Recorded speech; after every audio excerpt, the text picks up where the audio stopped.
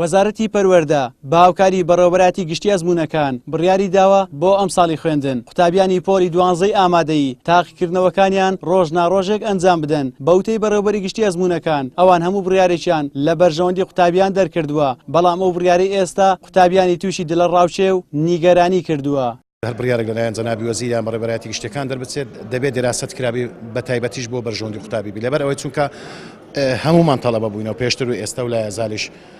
کاتی ئەزموونەکان کاتێکی یەکجار زۆر دوور و درێژە جاری وها بووە بۆ مانجێک و 5 ڕۆژ بۆ مانجێک و 6 ڕۆژ ئەو خانەوەدەیە تقریبا ئەو کوبرێ لە ئینزارە زۆربەی مامۆستایەکان بەهۆی ئەوەی کەوا ئێمە وەکو بەڕێوەبەراتی گشتەکان ناویان دەردێنین بۆ مراقەبە زۆربیان یعنی ئەوەندە هاوینەیانێ هاوینەکەشیانە دەست دەچێت بۆیە کۆمەڵک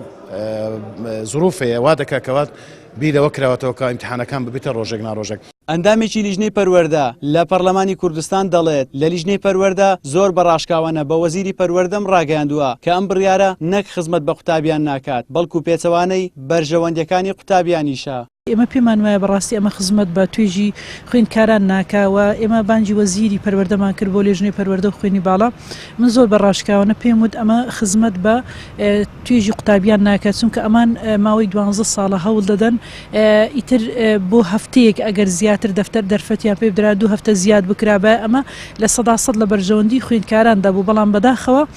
وەزیری پەروەردە ڕێنماییەکەی دەرکردووە و ئامادەش نەبوو بیگۆڕی و هیچ ڕاوێژێکی بە ئێمە نەکردووە کۆکو لێژنەی پەروەردە و خوێنی باڵا. ئەندامێکی سکرتارەتی ڕێکخراوی قوتابیانی کوردستانیش دەڵێت وەکو ڕێکخراوی قوتابیانی کوردستان زیاتر لە 50,000 واژۆی ناڕزایەتی قوتابیانی پۆلی 12مان لە سەرجەم شار و شارۆچکەکان کۆ کردوتەوە و لەم نزیکانش واژۆکان دەگەینە وەزارەتی پەروەردە و هەموو هەوڵێکیش دەدەین بۆ هەڵوەشانەوەی ئەم بڕیارە. هەڵساوین بە دەرکردنی بەیاننامەیەکی ناڕزایی ئەوە دواتریش لە ڕێگەی ناوەندەکانمان لە گشت شار و شارۆچکەکان لە ڕێگەی ناوەندوولەقەکانمانەوە هەڵساوین بە ئیمزا کۆکردنەوە کە ئەو قوتابیانی کە ناڕازینە ئیمزایان کردووە و ناڕزایی خۆیان دەربڕیە بۆیە ئێمە لە گشت شار و شارۆچکەکانی هەرێمی کوردستان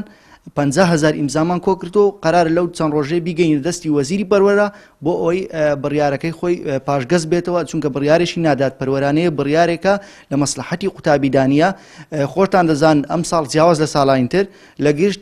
لە زۆربەی شار و شارۆچکەکان بایکۆتە بوو قوتابی نەیتوانێت وەکو پێویست بخوێنێ. پۆلی 12 ئامادەیی با گرنگترین وەستیارترین خۆناغەکانی خوێندن بۆ قوتابیان دادەنرێت چونکە قوتابی دەتوانێت دوای یان ساڵ هەوڵ و تێکۆشان و ماندوو بوون لە ساڵی کۆتایی چارەنووسی خۆی یەکلایی بکاتەوە بەڵامەوەی جێگەی سەرسوڕمانە وەزارەتی پەروەردە بڕیارێکی چارەنووسسازی تایبەت بە ژیانی قوتابیان دەرکردووە بێ ئەوەی لە نزیکەوە پرس و ڕاوێش بە لیژنەی پەروەردەی پەرلەمان و خودی قوتابیانیش بکات. زریان سدیق کەناڵی ئاسمانی پەیام هەولێر.